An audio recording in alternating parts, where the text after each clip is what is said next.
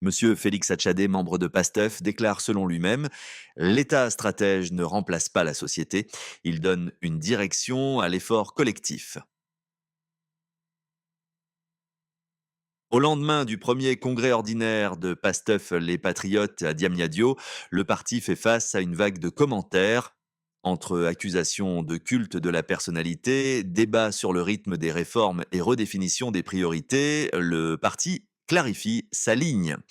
Monsieur Félix Hatchadé, membre de la commission scientifique du Congrès, décrypte les grandes résolutions. Sans détour, il répond aux critiques sur le fonctionnement interne. Il analyse les nuances de la bout révolution souverainiste. Il réaffirme l'ambition de transformer durablement le Sénégal. Monsieur Hatchadé, PASTEF, vient de tenir son premier congrès ordinaire à Diamniadio. Il consacre Ousmane Sonko comme président officiel à l'unanimité. La critique majeure qui émerge est celle d'un culte exclusif autour de son leader. Que répondez-vous à ceux qui affirment que PASTEF n'est pas un parti d'institution, mais l'instrument d'un seul homme? Cette critique repose sur une confusion entre leadership et culte de la personnalité. Les partis construits autour d'un seul homme ne tiennent que par le charisme de leurs dirigeants. Ils ne produisent ni doctrine, ni organisation durable, ni mécanisme de délibération collective. Or, le premier congrès ordinaire a précisément démontré le contraire.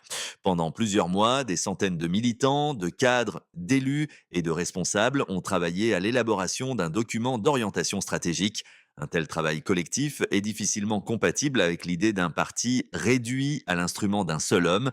Le président Ousmane Sonko occupe une place particulière dans notre histoire. Il est le fondateur du parti. Il a porté le projet dans les moments les plus difficiles. Mais il existe une différence fondamentale entre reconnaître un leadership politique et organiser un culte de la personnalité. Selon Monsieur Hatchadé, les hommes passent, les fonctions changent, mais un projet politique qui s'enracine dans le peuple et s'organise collectivement a vocation à lui survivre.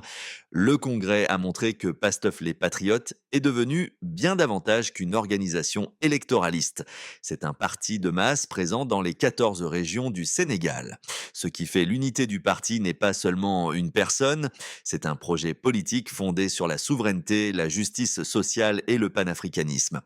La réélection d'Ousmane Sonko à l'unanimité traduit la confiance des militants dans une orientation politique. Lors du congrès, Ousmane Sonko s'est longuement focalisé sur la doctrine et la mémoire du parti. Pourquoi avoir privilégié l'idéologie plutôt que les résultats? Je ne crois pas qu'il faille opposer doctrine et résultats. Les résultats n'ont de sens que s'ils s'inscrivent dans une direction politique. Le rôle d'un congrès n'est pas de faire un inventaire administratif. Un congrès définit une orientation et prépare l'avenir. Par ailleurs, il est inexact de dire que le bilan a été ignoré. Les textes adoptés reviennent sur les transformations engagées depuis 2024, mais un bilan appartient au passé alors qu'un congrès est tourné vers l'avenir. Le Congrès a adopté une feuille de route pour les années à venir. Il a réaffirmé que la séquence ouverte entre 2021 et 2024 n'était pas une simple alternance.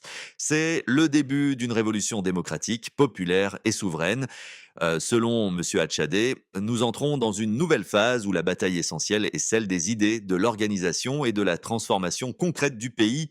Le président du parti a insisté sur la formation des militants et la fin des insultes sur les réseaux sociaux. Est-ce le signe que PASTEF cherche à passer d'un mouvement de contestation à un parti de gouvernement discipliné? Je crois que cette lecture est réductrice. PASTEF n'a jamais été un simple mouvement de contestation. Dès sa création, le parti a produit un projet politique. Ce qui est vrai, c'est qu'un parti qui porte l'ambition de transformer un pays doit élever son niveau d'organisation. La révolution démocratique ne peut pas reposer uniquement sur l'indignation. Elle exige des militants formés et des cadres compétents. Concernant les réseaux sociaux, le président a rappelé une évidence: l'insulte n'a jamais constitué une ligne politique. Aujourd'hui, nous entrons dans une nouvelle phase. La bataille essentielle est celle des idées. Le Congrès a adopté une résolution importante sur le renforcement de l'école du parti. Cela montre que nous voulons investir dans la formation politique. Le parti ne change pas de nature, il reste fidèle à son projet d'origine, mais il cherche à se hisser au niveau des responsabilités Historiques. Le Congrès a un peu plus acté la séparation politique entre Ousmane Sonko et le président Bassirou Diomaye Faye.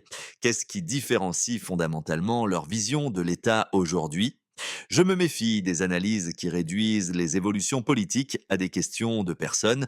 Les véritables débats portent sur les orientations. Le Congrès a réaffirmé une ligne politique: approfondir la révolution démocratique et accélérer la transformation souveraine du Sénégal, selon M. Hatchadé. Le débat qui traverse aujourd'hui le pays n'oppose pas deux tempéraments ou deux ambitions personnelles. Il porte davantage sur le rythme, la profondeur et les instruments de la transformation. D'un côté, certains considèrent qu'il faut stabiliser les institutions. De l'autre, les militants de PASTEF estiment que le mandat populaire appelle des réformes plus rapides. Le Congrès a choisi cette seconde orientation. Les textes adoptés parlent d'État stratège et d'économie productive. En 2024, le slogan était Sonko Moi Diomaye. Avec la rupture actuelle, estimez-vous que les 54% d'électeurs ont été trompés? Non, je ne le pense pas. Les Sénégalais n'ont pas voté pour une relation personnelle entre deux hommes.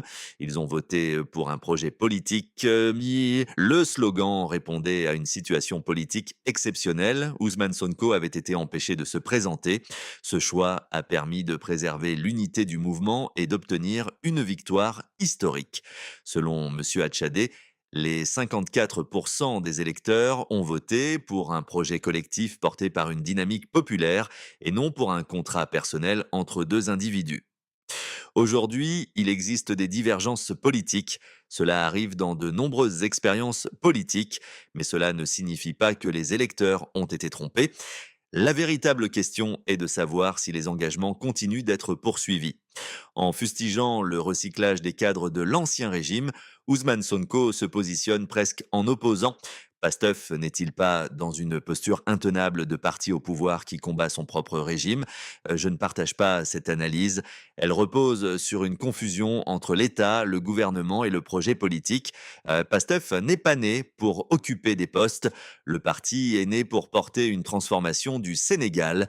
Lorsque Ousmane Sonko critique le recyclage de certains cadres, il rappelle une promesse politique, celle de la rupture. La question n'est pas de savoir si quelqu'un a servi sous l'ancien régime, la question est de savoir si les choix renforcent la dynamique de transformation. Le Congrès a apporté une réponse claire: approfondir la transformation et poursuivre les réformes. Un parti politique vivant réfléchit, débat et réévalue ses choix. C'est le contraire qui serait inquiétant. Sidi Alpha Ndiaye a théorisé la révolution souverainiste du parti. Concrètement, comment cette souveraineté se traduit-elle face aux exigences des bailleurs comme le Fonds monétaire international? La souveraineté ne signifie ni le repli sur soi, ni l'autarcie. Elle signifie la capacité d'un peuple à définir ses priorités.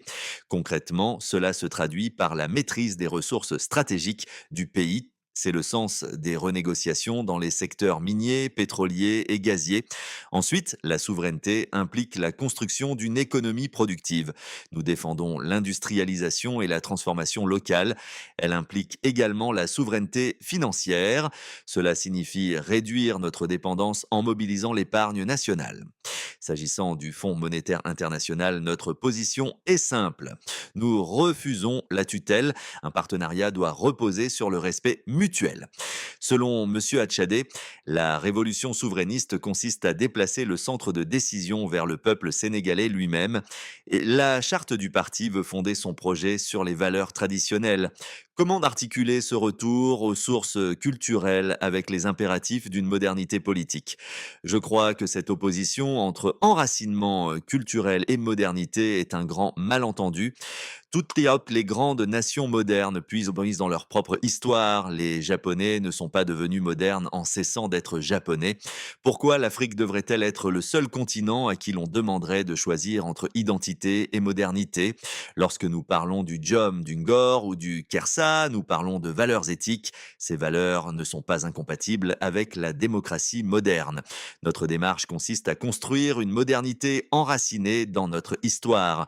Nous ne sommes pas dans une logique de retour en arrière, nous sommes dans une logique de réappropriation. On accuse souvent Pastef de populisme et de dérive autoritaire. La rupture qu'il prône est-elle vraiment compatible avec l'état de droit? Le terme populisme est souvent utilisé pour éviter de discuter du fond. Pastef a toujours privilégié la voie démocratique. Le parti a participé à toutes les élections et accepté le verdict des urnes. Quant à l'accusation de dérive autoritaire, elle me paraît difficilement compatible avec notre histoire. Selon M. Hatchadé, nous sommes un parti qui a subi la répression, la dissolution administrative, les arrestations massives et les restrictions des libertés publiques. Nous savons par expérience que coûte l'affaiblissement de l'état de droit. Les textes adoptés lors du Congrès réaffirment le renforcement des institutions et la transparence publique. Concernant la Chine, Sumners, il faut éviter les caricatures. Apprécier certains aspects de l'expérience chinoise ne signifie pas vouloir transposer son système politique. Notre préoccupation est de construire un État capable d'agir tout en restant pleinement démocratique. Selon M. Hatchadé, la rupture que nous proposons n'est pas une rupture avec l'état de droit, c'est une rupture avec l'idée que la démocratie devrait se limiter à organiser des élections. Pour le citoyen, l'État stratège peut sembler abstrait. Comment cela va-t-il se traduire concrètement? L'État stratège n'est ni l'État omniprésent, ni l'État minimal. C'est un État qui fixe une direction et mobilise les ressources nationales. Pendant des décennies, on nous a expliqué que le marché réglerait les problèmes de développement. Or, les pays qui se sont industrialisés ont tous bénéficié d'un État planificateur. Pour le Sénégal, cela signifie identifier les secteurs stratégiques comme l'agriculture et l'énergie. Cela signifie aussi utiliser la commande publique et les banques publiques pour soutenir la production nationale. Selon M. Hatchadé, l'État stratège est un État qui prépare l'avenir. Il investit dans l'éducation, la science et la technologie. Au fond, ils font dire, nous ne voulons ni d'un État spectateur, ni d'un État bureaucratique. Nous voulons un État qui donne une direction à l'effort collectif. En revendiquant l'héritage de figures comme Sankara ou Mamadou Dia, le parti prône un ancrage fort dans le Sud global. Cette ligne diplomatique ne risque-t-elle pas de bousculer les traditions diplomatiques du Sénégal? Le Sénégal n'a jamais été un pays diplomatiquement isolé. Notre tradition est faite d'ouverture et de non-alignement. Ce que nous proposons n'est pas une rupture avec cette tradition, nous cherchons à l'adapter au XXIe siècle. Le monde a changé, les pays du Sud représentent une part croissante de la production mondiale. Lorsque nous nous réclamons de Mamadou Dia ou Thomas Sankara, nous retenons leur exigence d'autonomie de décision. Selon M. Hatchadé, l'ancrage dans le Sud global signifie d'abord une chose très simple, considérer que l'Afrique n'est plus seulement un objet de la politique internationale, mais qu'elle doit devenir un sujet de l'histoire mondiale. Et cela implique de renforcer l'intégration africaine et de développer les coopérations sud-sud. Nous ne sommes pas dans une logique de remplacement d'une dépendance par une autre, nous sommes dans une logique de diversification des partenariats. Oui, cela peut bousculer certaines habitudes, mais l'histoire de la diplomatie sénégalaise a toujours été faite d'adaptation. Entretien réalisé par Adama Ndiaye.